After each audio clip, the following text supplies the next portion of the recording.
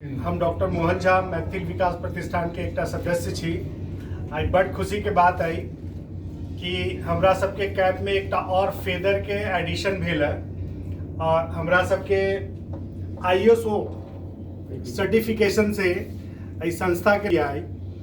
तब बात है कि हमर संस्था के तक जतेक सर्टिफिकेशन की जरूरत होई छै हमरा सबके सब चीज भेट गेल या और ये प्रमाणित करैया कि संस्था लीगल रूप से और जे भी केओ कागज पत्तर के जरूरी पड़े छे वो सब कागज पत्तर रखे और अच्छा तरह से हम सब कोनो भी अधिकारी के सामने पेश कर सके छी। तो ई एकटा गर्व के हम अनुभूति कर रहा छी जे हमर जे संस्था है 5 साल पुरान ओकरा पास हर एक डॉक्यूमेंट्स लीगल रूप से हम ई कह के बहुत गर्वान्वित छी। हम सब मैथिल बंधु के बधाई दे रहल छी और बहुत बहुत धन्यवाद। Thank you.